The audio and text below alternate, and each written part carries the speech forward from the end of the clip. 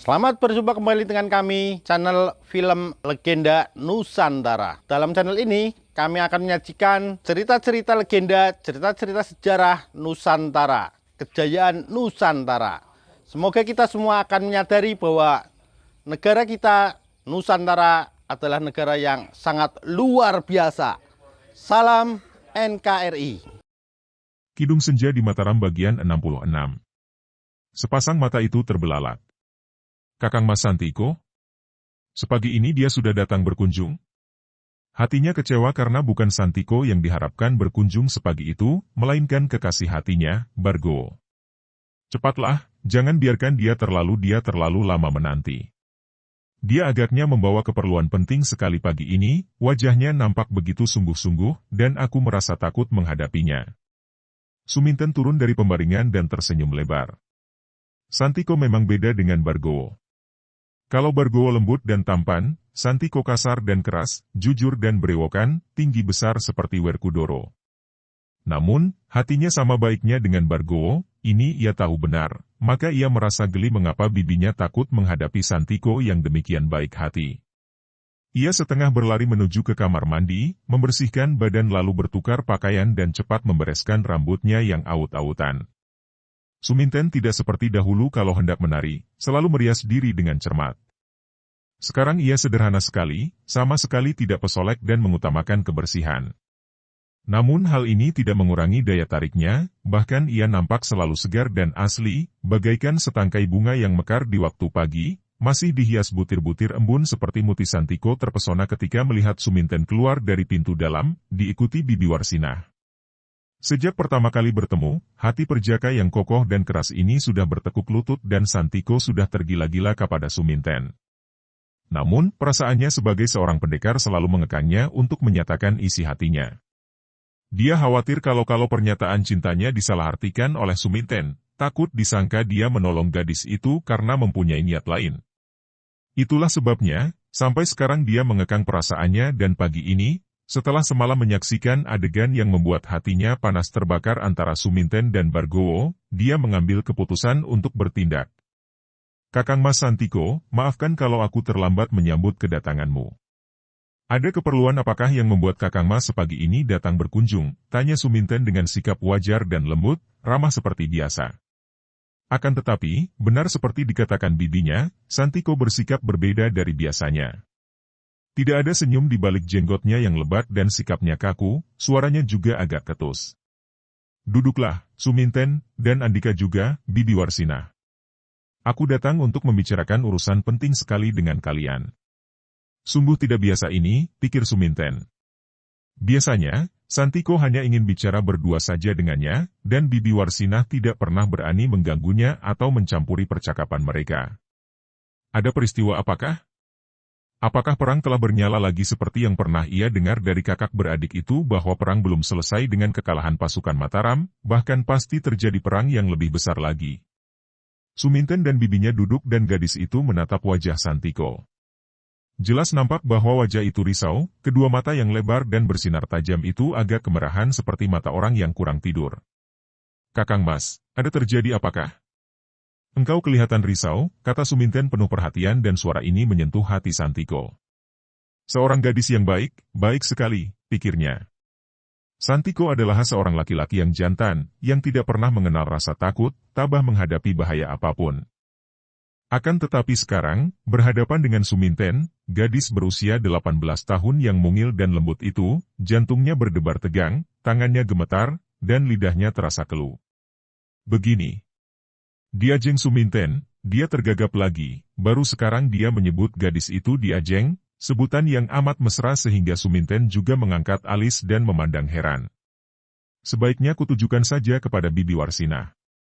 Bibi, karena Andika merupakan pengganti orang tua dan wali dari Suminten, maka kepada bibilah ku sampaikan maksud hatiku ini. Aku melamar Suminten untuk menjadi istriku. Bibi Warsinah tersenyum, dan Suminten terbelalak. Mereka tidak mampu menjawab. Bibi Warsinah tentu saja tidak berani mengambil keputusan dan menyerahkan keputusannya kepada Suminten, sedangkan Suminten tidak mampu menjawab karena baru semalam ia menyerahkan cintanya kepada Bargo. Bagaimana, Bibi? Diterimakah lamaranku, atau ditolak? Timbul ketegasannya kembali setelah Santiko dapat menenangkan hatinya dan sesuai dengan wataknya, dia tidak bertele-tele. Anak Mas Santiko, bagaimana aku dapat menjawab? Sebaiknya, hal itu ditanyakan kepada Suminten sendiri karena ialah yang berhak menentukan jawabannya, kata Bibi Warsinah mengelak. Santiko memandang kepada gadis itu.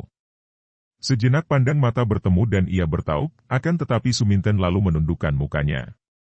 Bagaimana, Diajeng Suminten? Apakah aku cukup berharga untuk menjadi suamimu? Ataukah engkau tidak mau menerima cintaku? Bukan main pemuda ini, pikir Suminten. Biarpun Bargowo juga menyatakan cintanya dengan jujur, namun tidak sekeras Santiko yang menghendaki kepastian seketika. Diterima atau ditolak? Kakang Mas Santiko, aku menerima budi yang berlimpah darimu. Engkau seorang ksatria perkasa yang berbudi mulia, sedangkan aku hanya seorang ledek dusun yang miskin dan bapa, bahkan yatim piatu. Bagaimana aku berani menganggap bahwa Kakang Mas tidak cukup berharga untuk menjadi suamiku? Akulah yang terlampau rendah bagimu, dan, jadi engkau tidak menolak? Engkau menerima pinanganku? Santiko memotong tegas. Suminten menggeleng kepala dan menghela napas panjang, hatinya risau sekali, dipenuhi kegelisahan. Sungguh sayang sekali, Kakang Mas Santiko. Baru saja malam tadi aku telah menerima pinangan Kakang Mas Bargowo, Santiko tidak terkejut, akan tetapi marah. Apakah Bargowo sudah mengajukan lamaran secara resmi kepada Bibi Warsinah? Bibi, apakah adikku itu sudah meminang Suminten kepadamu? Bibi Warsinah menggelang kepalanya, belum, anak mas. Kalau begitu, pinangannya itu belum sah. Kalau begitu, berarti aku yang lebih dulu meminangmu, Diajeng Suminten.